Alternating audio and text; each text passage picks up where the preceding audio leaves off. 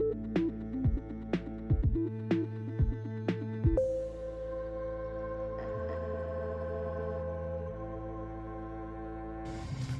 guys, welcome back to releasethecraftin. Priscilla here, with another video. That's basically what this is, right?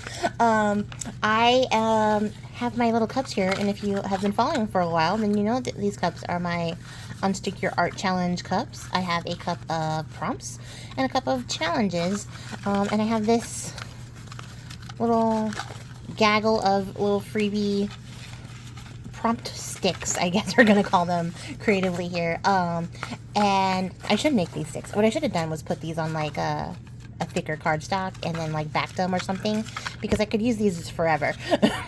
Forever and ever. Sorry, hit the camera. But I didn't. I put them on paper. So it is what it is. We're gonna go until we run out, because that's what I want to do here. And you can see there's a lot in here. So I got a lot to work with for quite a while, and if you haven't been following along, you might be like, what's the Unstick Your Art Challenge? It's an unofficial open challenge. There's no beginning, middle, or end. You can actually get this printable off of my blog on releasethecraftin.com and follow along.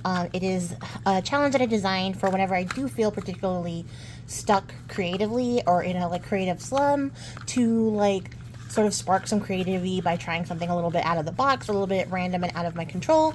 And I have the printable up there so that you can print these out for yourself and unstick your own art. And like I said, I'm not feeling particularly stuck at the moment, but I am feeling like I have been doing the same thing for a very long time, and I'm going to be in that universe for a little bit longer.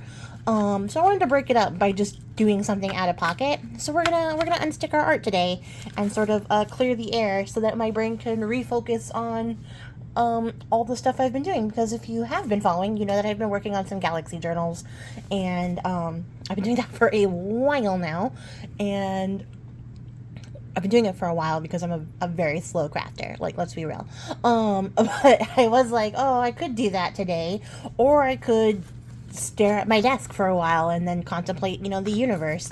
And I decided that that was giving me existential dread, so I'd make art instead. So what I'm going to do is pick one from the prompts and one from the challenge bucket, and then we're gonna make something. I'm gonna give these a shake, and I'm gonna keep shaking them because I can read them if I don't shake them. So I have two in my hand. So I have Surviving a Disaster and Dark Academia, and I don't have any ideas. So let's just see what the challenge is. Focus. Rude. And then the challenge will be pencil marks. Pencil marks. Oh, who wrote this stuff? Let me think about it. Hold on. Okay, I think I got it. So I'm going to put Dark Academia back in the little bucket because I feel like that has more to give. But I'm going to use that to influence my inspiration for this. I'm going to put these cups out of the way. I think I know what to do with pencil marks. So, Surviving a Disaster, words are really hard. Surviving a Disaster and pencil marks. I'm gonna put the story on, because this is also a story craft. Didn't know if I told you guys that. I didn't, but it is. And stay tuned for a story. And we're gonna attempt to tackle this challenge. Transition here. Hey guys, welcome back to releasethecraftin. Priscilla here with another episode of Storycraft. And today, you guys, I am starting off my month of May, in which I will be doing all viewer requests. And I'm not starting off my month of May, I'm starting off everyone's month of May by doing viewer requested stories. So if you requested a story, you might see it up here. This month I'm going to try to do as many requests as I can. And if you have a request you would like to see, I don't know if I'll do it this month, but I will definitely try to do it as soon as possible. If not this month, I might do a couple bonus ones if they're short. I'm going to do some shorties, I think. But yeah, if you have a request for a story you want to hear on this channel, just leave it in the comments below, and I will get to it as quickly as I can. And so let's just jump into it, because today, for our first viewer request, this one comes from my buddy April. She actually requested this like ages and ages ago when I first started this series. I'm doing the Juniper tree. And the Juniper tree is a German fairy tale brought to us by, of course, the brothers Grimm. And it's a classic. It's also very disturbing. So there's some tough things in here, guys. Just, you know, content warning if you are prone to gross out stuff. Like, if that bothers you, it's gonna bother you. This story is gonna bother you because it's gross. But yeah, we're gonna jump into it. So our story takes place in the long ago's. Once upon a time, there was a rich man and his wife who had everything they ever wanted. But can you guess what they were lacking? If you've been following the series, you certainly can. They didn't have a child. And this was a sort of a big deal for them, as you can imagine, when you have everything but the one thing you want. They were kind of upset about it. The husband didn't seem that bothered, honestly, because they never talk about his feelings in the story. What they do talk about is the wife and how she spent all of her days underneath the juniper tree by their home, sort of lamenting her childlessness, but also praying for a child. And it being a winter, everything was snowy. And again, another common theme that you will see here, she started to pray for a child that was as red as blood and as white as snow.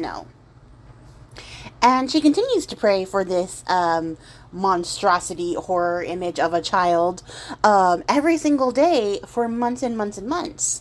So the first month goes by, the tree continues to grow, she continues to pray, and she does this daily for roughly about 9 months, and the berries at the tree are producing are super ripe now and ready for the eating.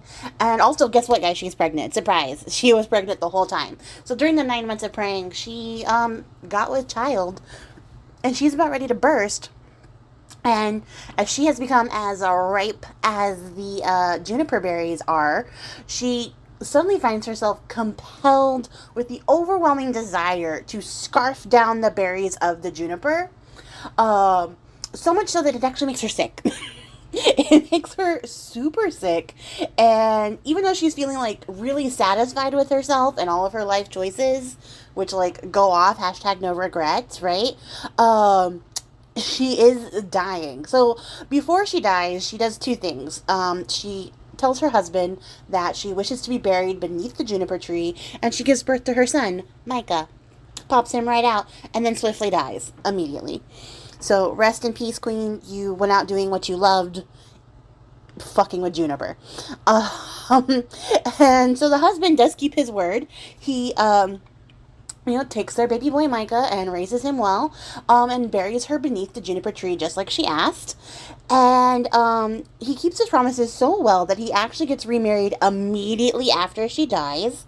And with his new wife, everything seems great. They have a daughter of their own together. And for a while, everything seems pretty chill. Like, the kids are growing up. Everybody's happy. We're all getting along. The stepmom doesn't seem to be a total monster in this. But, after a while, something starts to occur to her. She's looking at her daughter, Marlena, and she's like, you're perfect and amazing. And then there's this kid who's as red as blood and as white as snow, and probably a little unsettling if I stare at him, look at him too long. But also, he's the only thing in the way of you getting your full inheritance from the rich man I married. And that's inconvenient to me. Which, to me, it seems like if she's already trying to consider how her small young children will divvy up their father's inheritance and how much of a portion her daughter will get, she's planning a murder. And the father is blissfully unaware. But that never actually comes up. They never say anything about her plotting it. Just that she's very concerned with the fact that Michael will inherit the fortune and not her daughter Marlena. And it gets to the point where this thought sort of carries her so much that she starts to be really cruel to Micah when the father's not around, but really sweet to her own child and spoiling, the life out of her. So Marlena's having a great time. Micah, not so much. And this continues for, in this fashion for a little bit. And one day, while Micah is out playing, doing, boy things, Marlena goes up to her mom and she's like, Mommy, you give me everything I asked for, and I would like to have one of the special red apples that are in that chest you have over there. And her mom is about to give it to her, but then she's like, No. Actually, I'm going to say no this time. For the first time you've probably ever heard it in your life. No. You have to wait till your brother comes home before you can have any apples. So, a little bit put out, because she's not used to hearing the word no. Marlena just runs off to go play. She's like, fine, forget you then. I'll wait till my brother gets home. And she runs off to go outside and play. And after a while, Micah gets home. And when he gets to the kitchen, he says, hello, mother. And she says, hello, my son. Would you like to have an apple? And he is surprised because she's been so mean to him for so long that he's like, I would love an apple, mother. That would be wonderful.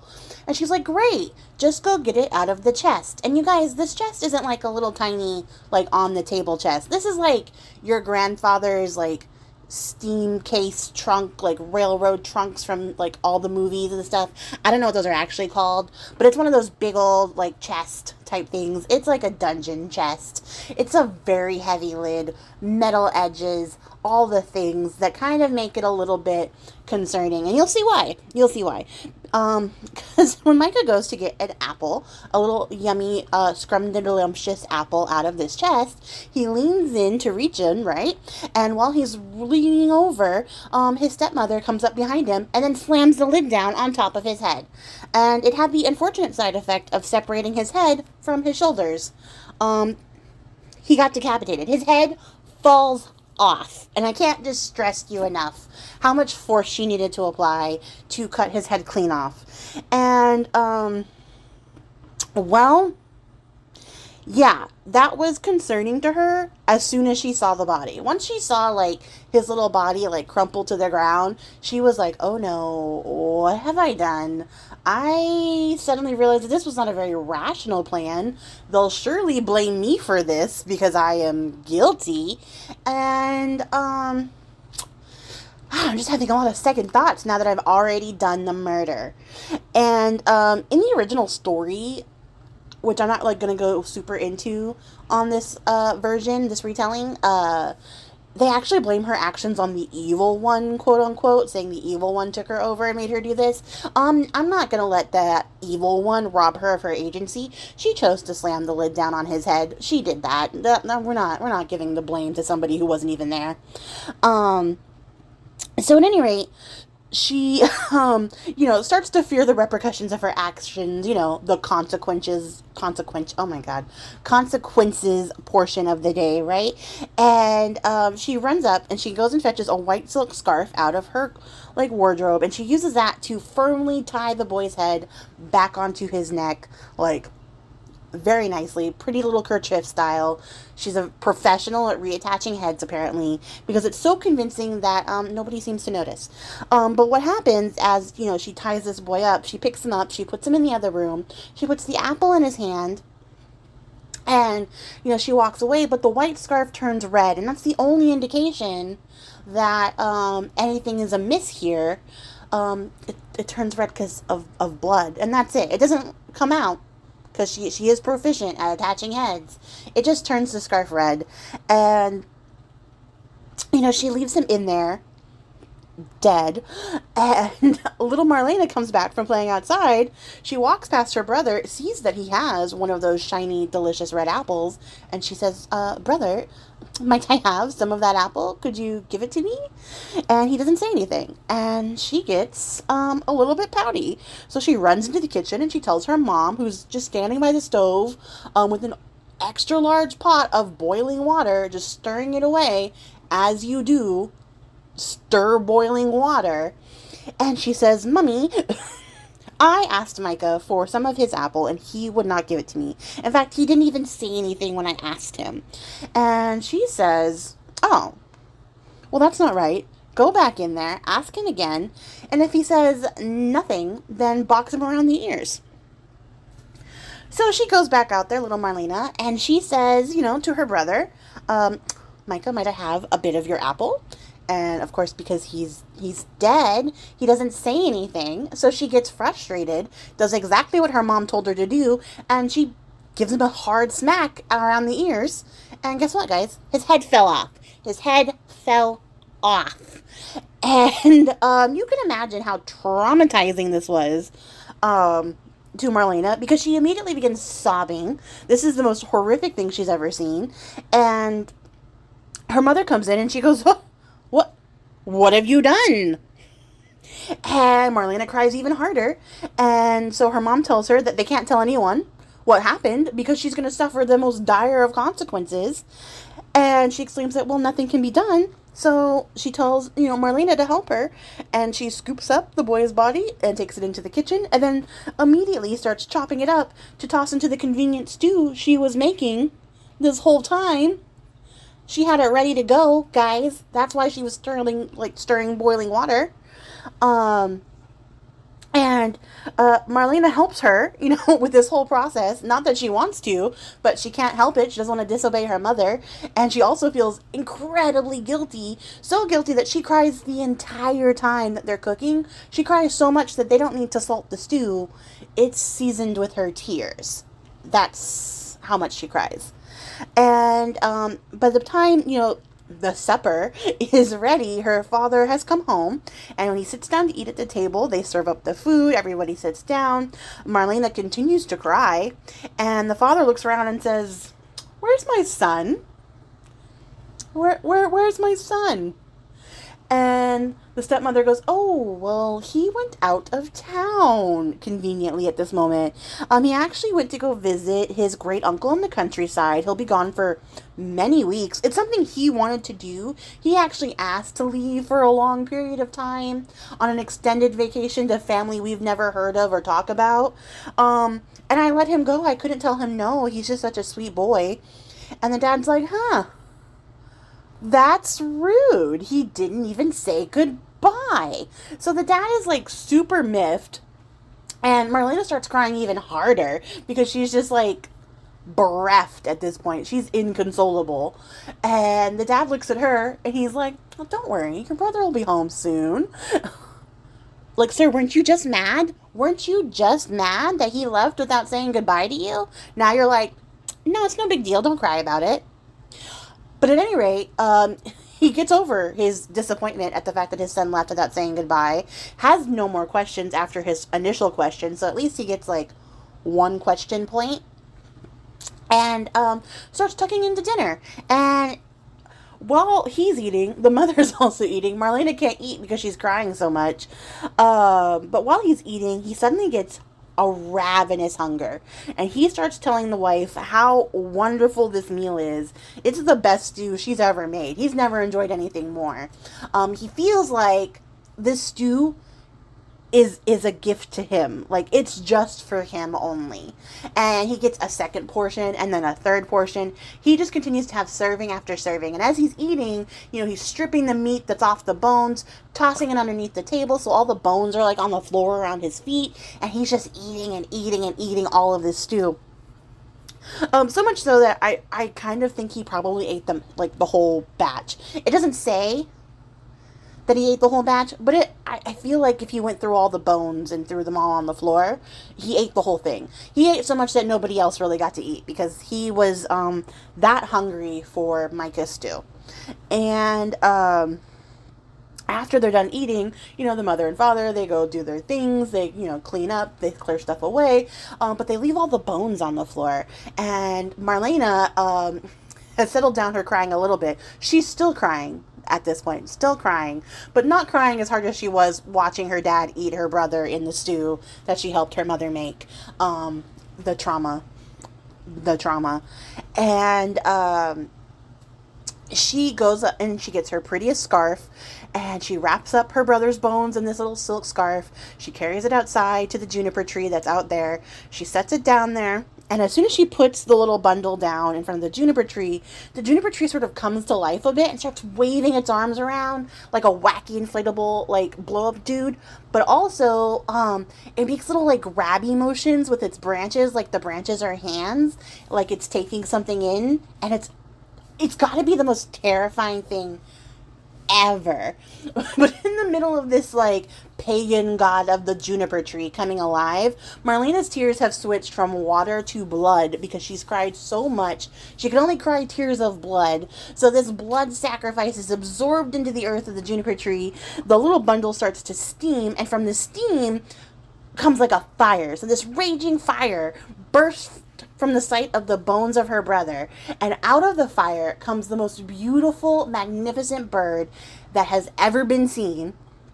And it is singing the most beautiful, heartbreaking melody as it bursts forth from the flames. And after it bursts into the air, the smoke and the fire and everything clears away. The bones and the little silk bundle are gone. So there's nothing there. The juniper tree settles back down, and Marlena, for the first time that evening, has stopped crying because she feels this like renewed sense of peace and calm and happiness like wash over her as she watches the bird fly into the sky, and she goes back inside to eat her dinner. So this bird flies across the town, and it settles on a branch outside of a goldsmith's house, where he sings this song. I'm not going to sing it because I can't sing, but it sounds like this. The lyrics go as such. My mother, she killed me. My father, he ate me. My little sister who loves me gathered up my bones and tied them into a scarf and laid them beneath the juniper tree. Tweet, tweet, what a beautiful bird am I. And the goldsmith hears this beautiful song and is so enamored with it that he runs outside and asks the bird to sing it again. And the bird says, no, I won't sing it again for free in this economy. So the goldsmith, runs back inside, comes back out with a gold chain and says, will you accept this as payment? And the bird says yes. So he takes it up in his claw. He sings his song again, tweet, tweet, what a beautiful bird am I, and flies away. Then he settles onto the windowsill of a shoemaker's home. And there he sings, my mother, she killed me, my father, he ate me, my little sister who loves me gathered up my bones and tied them into a scarf and laid them beneath the juniper tree. Tweet, tweet, what a beautiful bird am I. Words are very hard, even for magical birds, guys. So the shoemaker, hearing the bird's song, goes up to the window and asks the bird to sing that most beautiful melody once again. And the bird refuses, for I shan't sing again for free. Also known as, I'm not a chump. So the shoemaker goes back, and he comes up with the little pair of red shoes that he had been working on, and he says, will these do as payment? And the bird takes them in his other claw and says yes. And he sings this song again, tweet, tweet, what a beautiful bird am I. And then he flies off to a mill, and there is a group of mill workers doing mill worker stuff. I don't know what they're doing. Milling. And he sings the song, my mother, she killed me, my father, he ate me, my little sister who loves me gathered up my bones and tied them into a scarf and laid them beneath the juniper tree. Tweet, tweet, what a beautiful bird am I. And all these mill workers stop everything they're doing to listen, and they beg the bird. They're on their knees, like, please sing the song again, bird. It's so wonderful. It's amazing. And the bird says, nay, nay, I won't be doing that again. Twice for free.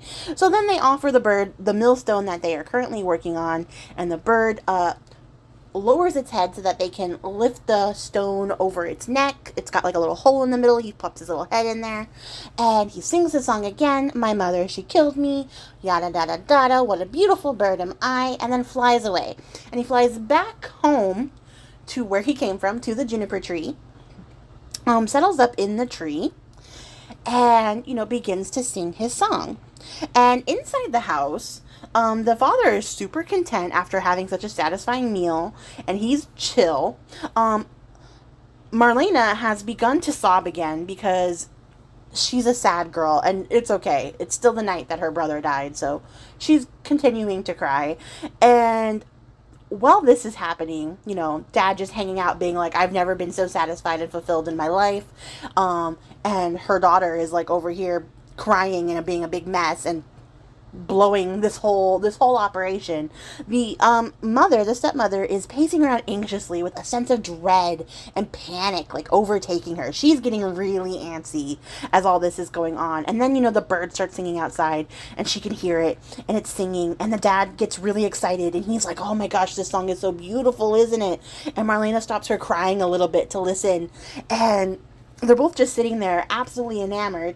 And then the dad's like, this song, it feels so familiar to me. It's almost as if the song itself is an old friend of mine returning home. I must see this like magnificent creature singing this song. So the dad runs outside. He goes up to the bird. The bird sings his song. "My mother, she killed me. My father, he ate me. My little sister who loves me gathered up my bones and tied them into a scarf and laid them beneath the juniper tree.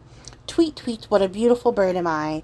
And he's like, wow, that is such an amazing song. And at this point, I begin to think that the dad isn't listening to the lyrics, because nobody's listening to the lyrics. They're all just listening to this bird sing and being like, "I don't give a fuck about what you're saying." And that thought aside, the bird continues to sing, but it drops down the golden chain around the father's neck, and he runs back inside to show everybody what the bird just gave him. So he's like, "There's this bird outside. It's singing that beautiful song we're all listening to, and it just gave me this necklace. Like, look at this. This is amazing. This is the best day of my life. I can't even believe how lucky I am. Best meal and a free gift from a magical singing bird." And his hype is so real that Marlena gets, a little bit curious. And she's like, I want to see the bird too. I want to know if it has a gift for me. So she goes outside. She listens to the bird sing. She cries a little bit. But then the bird drops the shoes in front of her, and she picks them up, and she is as happy as a schoolgirl. She puts them on immediately. All of her fears and her upsetness and her absolute like angst and anguish over the loss of her brother, forgotten. She's got new red shoes. They look great on her. And she dances back inside to show off her shoes. So now the dad's in there like, "This necklace is amazing. Your shoes are amazing." And she's like, "I know, everything is amazing right now." They're both in there like being each other's biggest hype team, like absolutely just over complimenting each other to the benefit of the two of them. Because while this is happening, the mother has started to absolutely lose her mind. She is clawing at her hair, scratching at her face. She is in agony as she's listening to this bird sing its song. She begins to wail, starts clutching at her chest, and she decides that she's going to go see the bird herself in the hopes that it will end her suffering. Maybe it will give her a gift that will make all of her worry and fear go away. So she goes out there, and she gets what she wanted. All of her worries and fears do go away. Because as soon as she steps foot outside the door, the bird drops the millstone right upon her head, and with a sickening crunch, she dies. And the father and daughter step outside, apparently over her body with zero fucks given, to see what happened, and they only see a giant fire in the juniper tree. And when the flames are out, out steps Micah, as good as new, reborn and happy as ever, and they all head inside and enjoy the next meal that they're going to have, because this is a hobbit house. They're having another dinner. And they go back inside to enjoy the next meal. Stepmom is dead in front of the doorway. Nobody gives a shit. No big deal. And that's the end of the story. They continue to live happily ever after without their evil stepmom and mother in Marlena's case. And the dad apparently didn't care. He didn't care about anything. And that's the end of the story. So yeah, a bit of a happy ending with that one. I'm glad that Micah got his little come around. I will say a couple of notes on the subject, a little bit of my thoughts and feelings. In the original tale, Marlena was the only one who was named. So I named her brother Micah just to make it even, because I felt like he was the main character a little bit too, so it would be fair. But also, and this gave me a lot of pause because I had to think about it. When the bird first emerges from the tree, Marlena goes back inside to have dinner, and my only question is it the bowl of stew that she had left on the table uneaten because she was crying so much? Or did she go make another dinner? Like, did she go back inside and then have brother stew? Or did she go like, nah, I'll make something else? I'd like to imagine she was like, I'll just have this hard bread instead. But the way that the story is written kind of implies that she just went back inside and ate up the stew without any concerns. At which point I would say cannibalism is hereditary, and she may need to seek more therapy than she's already going to need to curb that particular appetite. And then the last thing is kind of my theory about this bird, because this bird sings a very particular song, you know, my mother, she killed me, and all these people are listening to it being like, oh, and your dad ate you? What a beautiful song. And that just doesn't strike me as normal or reasonable or practical in any way, shape, or form. And so I like to think that the only person who could hear the lyrics is the one guilty of the crime. So I think only the stepmother could hear the words to the song, and everyone else just heard like a beautiful bird song. And maybe they heard some words, you know, like "What a beautiful bird am I."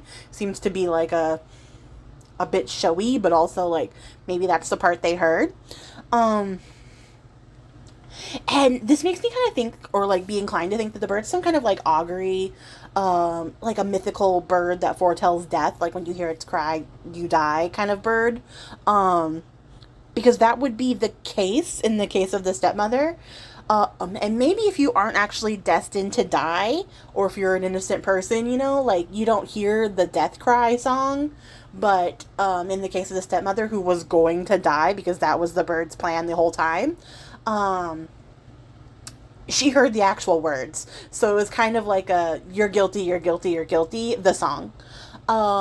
And then, like, the other thought I had, or the other theory I had, was that the bird isn't actually, like, Micah, but his mother, like, coming through to be like, I got something for you, bitch. And so, you know, she comes back, she gives her husband a gift, she gives, you know, this little girl, her half-sister, a little present too, because she's not mad at her. She's that little girl's going through the worst, and Micah's mom is really sympathetic to that. She's like, "It's not your fault, babe. Here's some new shoes," and then she's like, "And this is for killing my son," and she drops the millstone onto the stepmom.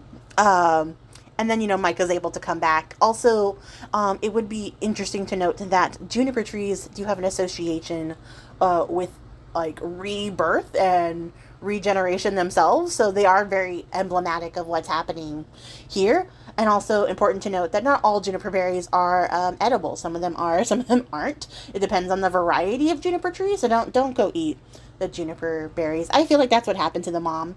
She ate the non-edible variety and then died because she was obsessed with this tree. But yeah, that's all I have for you guys today. I hope that you enjoyed this story. Thank you again, April, for the request. It was a very fun story, although very dark. I was not prepared for cannibalism, although I have heard this story before. I just forgot that cannibalism was the center of the story. And then it might run in their family. It might be genetic. So leave your thoughts in the comments below. Do you think it was genetic? Or do you think that it was just, you know, maybe she had like grilled cheese for dinner or some PB&Js? Maybe an Uncrustable. Not sponsored. But it could be. Just going to throw that out there. If you made it to the end of the story, I appreciate your faces. And I'll catch you guys all in the next one. Till then, happy crafting. Bye!